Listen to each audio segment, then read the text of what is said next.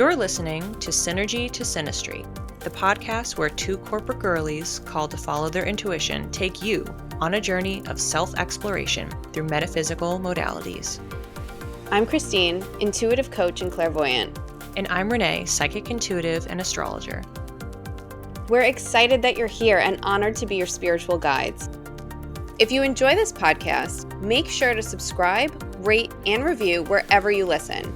It helps listeners find our show, plus it automatically enters you into our raffles to win a free psychic reading. Now, let's get into the episode.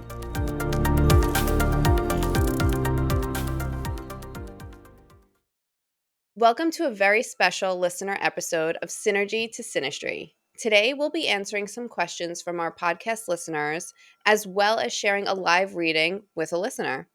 If you'd like to be read on the podcast through a write-in question or a live reading, please email us at synergytosynastry@gmail.com. Today's listener opted to remain anonymous, and you can too. Before we get to that reading, let's answer your content questions. Jumping into our first question, the listener asked, what do each of you do to be better in tune with your intuition? I think this is a really good question. Aside from the fact that we went to the Nuurvana Be Light School and we received some training. On this show, we have discussed more than once ways that we receive information through our different clairs, including through our dreams. Specifically, we've been talking about that a lot in season 2. If I had to sum up the best way to hear your intuition, it's probably to calm down the nervous system. It's really hard to hear your intuition when your anxiety is screaming at you. Self-care is really important, and that includes things that help me navigate my anxiety, whether that's talking to a friend, talking to a therapist, going to the gym, going out in nature for me, anything that sort of quiets the mind so I can hear what's going on. I have really good sleep hygiene because if I don't sleep well, my nervous system is unsettled. Try to eat well. I try to drink a lot of water. I journal a lot. I meditate, but it's interesting. I don't meditate that often. I don't have like a meditation schedule, which I think most people would think you would need for intuition. I do it when I feel called to, but I feel so attached to my intuitive channel that I don't need to sit into meditation to connect to it, if that makes sense. It's important to know that listening to your intuition is just as much about healing yourself as it is working the intuitive muscle. And I would say it's probably 75% healing yourself, 25% working the intuitive muscle. Love everything that you said. I have agreement with many of them, and I know I would be better for doing those things. And yet, despite that, so thinking back to the ritual episode in season 1, we were talking about how I didn't really have any sort of a regular practice. That, spoiler alert, hasn't really changed all that much. I have increased the amount of times that I do different types of self-care. So I do that definitely more frequently than I did. You know what I've actually been doing more recently is sometimes I'm working on something and I'll just play meditation music. What you were talking about, quieting the mind, that is the theme I keep getting over and over and over again. And it has honestly been increasing in the last month or so. My mind is so active. And how do I focus that a little bit? The choice to put on meditation music that has maybe it's binaural beats, whether or not I have headphones on, that it's some sort of a frequency tuning in to more of a meditative state and just really reducing how my mind is being stimulated, being a little bit more gentle with myself while I'm doing my day to day. I'm just thinking out loud about what my answer would actually be here. Yeah. The word that is popping into my brain is patience, which I find Ooh. really fascinating. Go on that. That's interesting. It's the trust piece. My spirit team is there that they'll just drop in info. But I think it's also asking. I think the missing piece here is the patience, it's the trust that the information will come through because I know it has. But then it's also the intention on my end to continue to reach out. I will ask every single day, I'll ask yes or no questions about XYZ, this, that, or the other thing. When should I schedule this appointment, this meeting for? And get a date and go, okay, great. I think also even just talking about it, like I teach classes. Obviously, Christine and I talk in this podcast. I talk with friends and family. And what I'm doing is I'm putting the energy out towards that. I'm like, oh, yeah, so I receive information through my intuition. It comes through in these different ways. I'm so much more openly discussing it as well. It's either some intentional self care practices, there are many. And then it also can just be trust in that experience and that it will come to you and not getting frustrated because then you're creating a block. And then also just putting in the energy to reach out for signs, to look for those angel numbers, say aloud or write down or in meditation or not meditation, in conversation that you want to receive, that you're open to receive. There is no one size fits all for this question. Next thing we wanted to talk about is actually an addendum to a listener question that we answered in season 1 about our human design episode, which was episode 4, Life in HD, Human Design. And we were asked a question about incarnation crosses. How do you interpret it?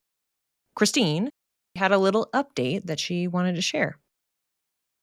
Yes. As many of you know, I'm working on getting my human design certification, which is a lot of studying and classes and such. And yesterday, in one of our classes, we talked about the incarnation cross, and it kind of clicked for me that the incarnation cross is similar to our North Node in astrology. It's something that you are in this life to be guided towards. You don't start to embody your North Node really until you're about 40. So there's some time in your life before the North Node even starts to come into your purview as something that you're focusing on. And that's the same exact way I see the incarnation of the cross based on our class yesterday. It's a destination point rather than, The map to get there. yeah, like rather than like the tools you would use to get to that point. It's not your sneakers, it's not your backpack, it's not your provisions. It's where you're headed.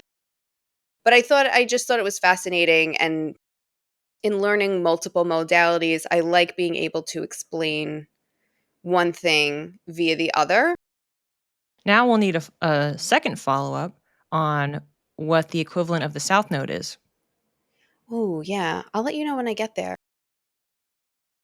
In our lives as curious and intuitive people, whether we're choosing to study them or not, like you can sit there and say, oh, this is what the numerology says for me as an individual for this year. This is what my astrological forecast says for me this year. This is what a psychic reading says for me this year.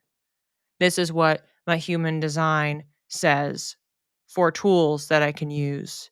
And I'll know what will apply this year. Like you can, and then there's even more.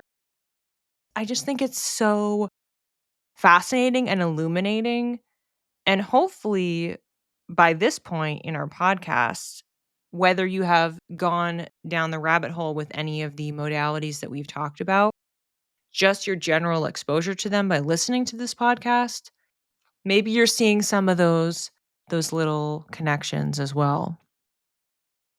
Final actual question, so our second question. How do you know if a dream is a premonition? My short answer to this would be 1, you may actually not know it's a premonition until the thing happens. And 2, you may just be flagged and aware. That dream seemed really weird. I was on a date with someone, so it means I'm going to be on a date with someone who looks just like that. Maybe that is true, but also maybe it's not true. I agree with all of that. That's why I write them down so much because I'm like, I'm not sure what this was. I think there's a misconception to being intuitive or psychic that you kind of just have all the answers Mhm. because we don't. We actually just speak another language and we're figuring out how to translate it on the fly, just like everyone else. I don't know if anybody's listened to telepathy tapes who also listens to this podcast. But they were talking about how people who are intuiting these messages from non-speaking individuals who have autism, or people with Alzheimer's and dementia who are able to telepathically communicate with their loved ones, the loved ones are receiving images and pictures. And I think it's important to know, like, that's also how Renee and I receive a lot of our messages. And I think that goes for dreams as well. You're receiving pictures and images, and you are trying to figure out how to translate that into a message. Unless you receive a full sentence, which sometimes I do have happen. That's true. But I mean, and I don't know if you've had this, I've received sentences before, and I've still been like, but what does that mean? Do you know? Yes, I did this earlier. We were sitting here talking and I was answering a question and I just had patience dropped into my head. And Mm, so I just said it and I was like, okay, so I don't really know exactly why I'm saying this as an answer. So I'm going to think about it. And that's where I'm just using my regular mind. I wasn't mhm. intuiting, but I received information that was helping me to answer this question because I wasn't really sure how to answer the Yeah. question fully. So it's like I got like a little help, Mhm. but sometimes you receive the words in a specific way because that language actually does land for that person. Those specific words came in because it will resonate. So even if as the channel it doesn't make sense to you, they can know exactly what you're talking about. And now let's get to the live reading from our listener.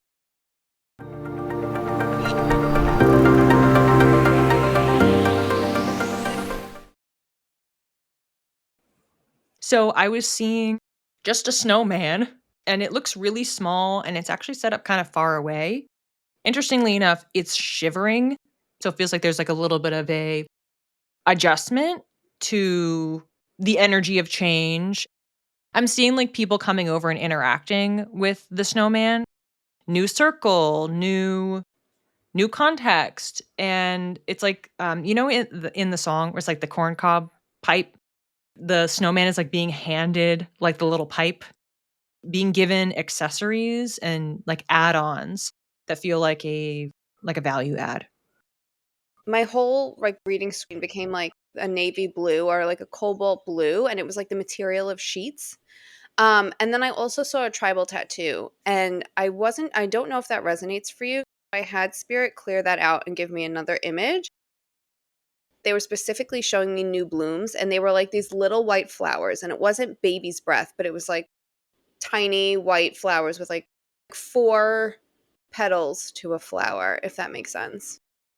I don't want to give too much info, but yeah, I do. Mhm. Yeah, I resonate with that. Do you have a tattoo? I, like, don't understand why the tribal tattoo came up.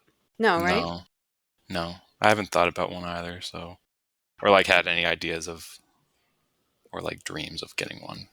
Interesting. Okay. I mean, I cleared it anyway. Just curious. Yeah, unless that's like family related or like I don't know if that makes sense, but Okay, so we can take a moment and we'll look back. So we'll just report back what we get that's additional information.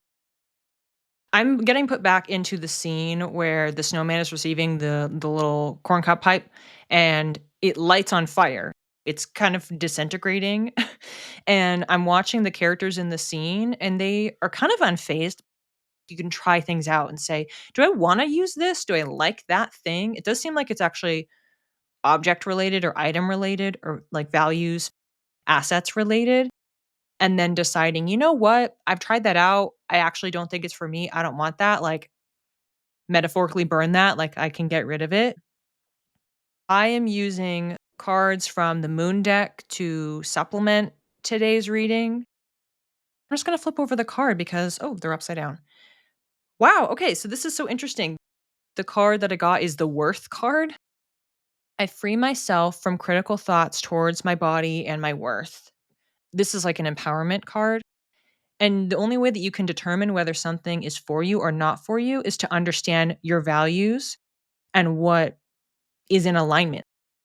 Specifically, the wording on this card, how it's talking about my body, it feels like that's not particularly relevant. How much you have in your bank account, what items you have on your person, in your closet, your car, things that you own, and what's your relationship with them. I'm going through the process of going through a lot of objects and Mm. things right now, with burning them or keeping them in a way. A relation in that sense, to going through it and figuring out, okay, this is me, or this is the old me. Mm. I'll get rid of it, kind of thing. So I went back into the image of the white petals popping up, and like everything is green and white. And so we're like on this hill, and there's this a path going down, and it's all lined with these little white flowers. And we come up to, I think it's called a pergola, that thing that's like shaped like an arch, and like you there's flowers all over. English is my first language. And that's also decorated in greenery and all of these white flowers. And you're walking down the path and you come to like the top of this hill. And I'm getting very like Two of Wands energy where like you have the world in your hands. And I keep hearing you're starting the next great adventure. You're just like happy. You're very comfortable with where you are. The world is your oyster. And like you're obviously going to take the next step. You're so committed and excited about like going forward and like having this world in your hands.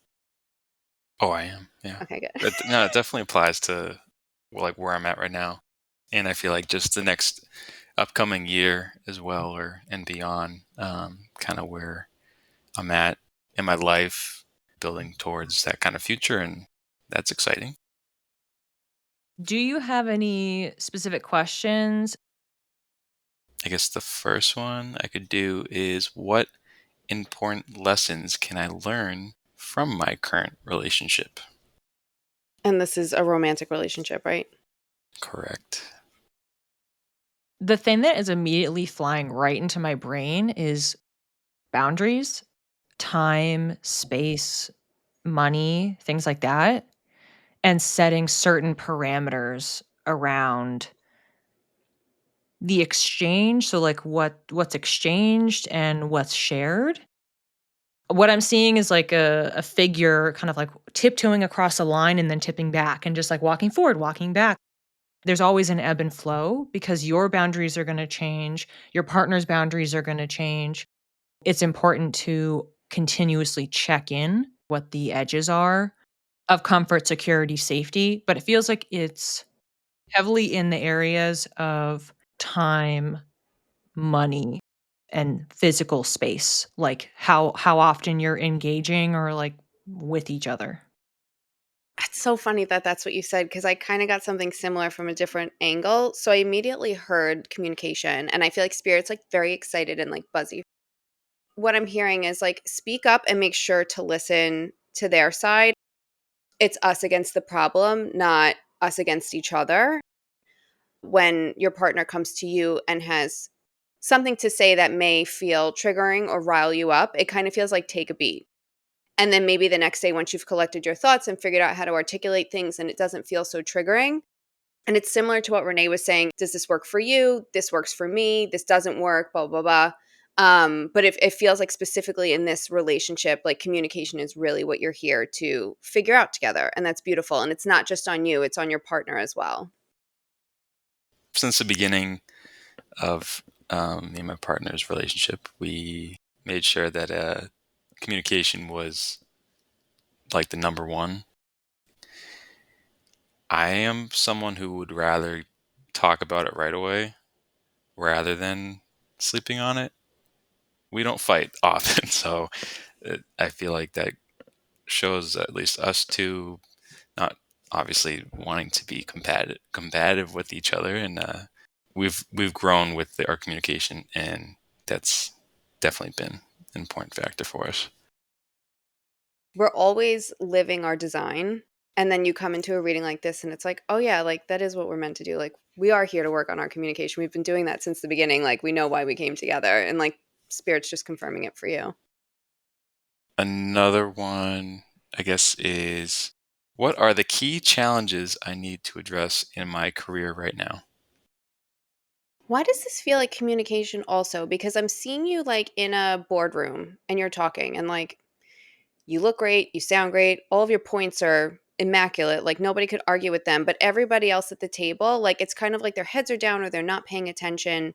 And it's nothing wrong with the way you're delivering what you're saying, but it's the fact that these people just are not. Like, they're in their own heads? For me, the first thing that I got was the word fixation.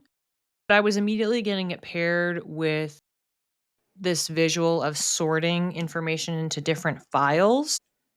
The file folders can only hold so much. Eventually, the folder isn't really going to be functional, or the information in there isn't really going to be useful because it's going to be outdated, which like either like sets you behind because you're not learning the newest thing, or something like that. It feels like there's something about kind of similar to the initial snowman image of like getting rid of outdated ideas and programs or processes, and then like getting new folders in, as in you're applying your skill set in totally different ways that are not these same buckets. This is the cycles card. My emotions move through cycles and connect me to my truth. And what I think is interesting about this is the visual I was getting was about cycling out the folders. Some of the sentiment in general with this card is it's about this idea of impermanence. It could apply to your emotions for the career stuff. If emotions are cropping up, it's just around fear or uncertainty. It's okay to let some things go because then the new moon is going to come back and you're going to have a new beginning. Continuing the same process out of some fear around stuff not being secure or not being permanent, the encouragement is like, yeah, things are not permanent, and that's not necessarily a bad thing.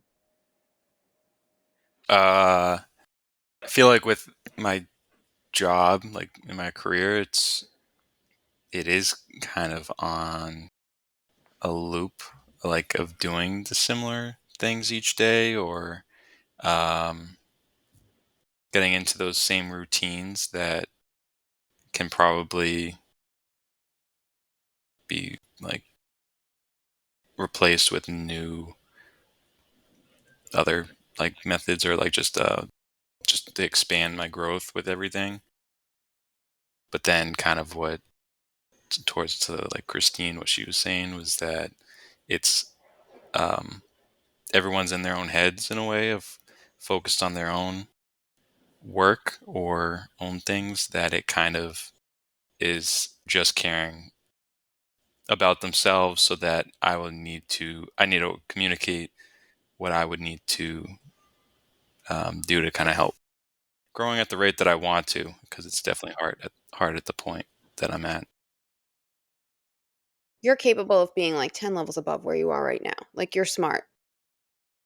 The big challenges here are learning how to be confident in your own abilities, and this is something that you'll continue to expand on. The second thing is how to get them to better, like, wake up and hear you.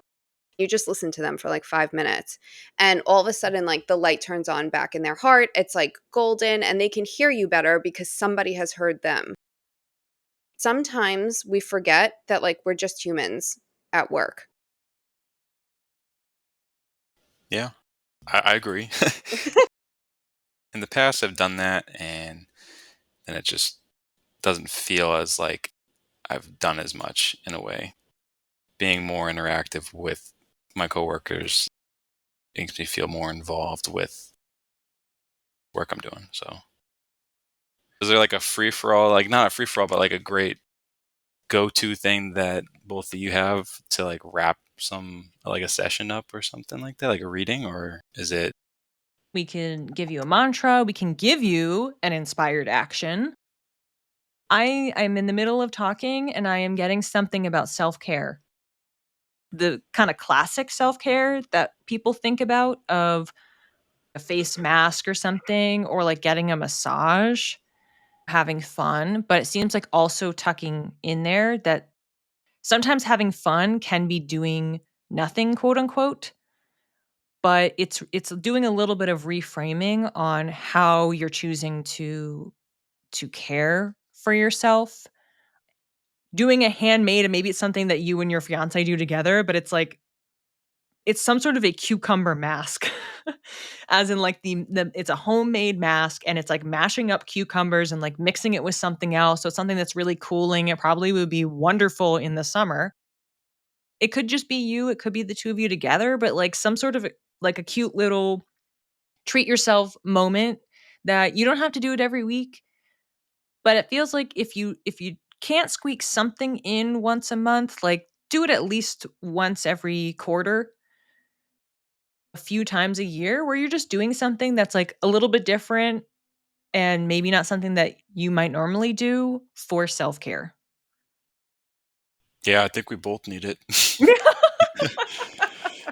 So, As you were talking, I saw like you and your fiance laying in bed with like a big bowl of popcorn, like putting on like whatever comfort movie you guys want to put on. After a long day of work, having this space to like come home and let go. Like at 9 o'clock, you guys are like, that's it. We're brushing our teeth. We're putting on our masks. We're getting in bed. We're putting on our fuzzy socks and we're watching a trashy TV show with snacks. I feel like she's such a comforting presence and she's such a trusted space that like that's self-care. And like this is also like an action. Like you two are bonding, you get to work on your communication, but you also both just get to like relax, like and have fun with each other, which is like the most important part. Yeah, it's all it's coming back to having fun, but also like finding a way to unwind. Yeah, just like let go and enjoy it. And put on like Love is Blind. oh, yeah, we watched it like the first what 2 episodes. Kind of like we actually just went through the bathroom yesterday, like last night, organizing everything, merging my stuff and her stuff. But a lot of the things that we found we had were masks as well. So it's not like a homemade kind of mask with just going to the store getting cucumbers and putting them on your eyes and just lounging. But now that we got a new couch that reclines, like you can put it back, put the face mask on, and just put on Lost or something like that. Well, Christine and I are both fans of Lost. So we 10 out of 10 agree. Watch Lost with a face mask on. Oh my god, yeah. And Will snacks, do. don't forget snacks. I feel like when it comes to the podcast, it's definitely helped open my mind with, like, it's new to me, but I know that it's like people are intuitive and everyone is really intuitive. There'd be times that I would look at the clock at the same time every day. It's 4:13, which is my birthday. Both of you have your expertise, and it's like refreshing kind of thing to listen to, not as like Woo. yeah. Um, but no, I will listen to it in my car, and it's wonderful. So, Well, thank you for that. oh, you're welcome. Thanks for listening. If you'd like to learn more, the resources we used to prepare for this episode are listed in the show notes. If you're curious to develop your intuition, we've partnered with the Nuurvana Be Light program to give our listeners a $500 discount on tuition fees. Email us for more details and we'll connect you with the founder, Deganit Noor. Want to connect with us? You can reach me, Christine, at Channeled by Christine with one L on Instagram. And you can reach me, Renee, at _read by Renee, or connect with us both via email at synergytosynastry@gmail.com. Keep your spirit curious and your aura sparkling. We'll see you when the stars next align. So, do you have Virgo anywhere in your big three? Yeah, I do actually. Do you remember where? The star sign. I don't know. It's the rising sign. Yeah, sorry. I don't know the terms that well. It is the bonus one that the least people know about. The three most awkward people are trying to play it cool right now.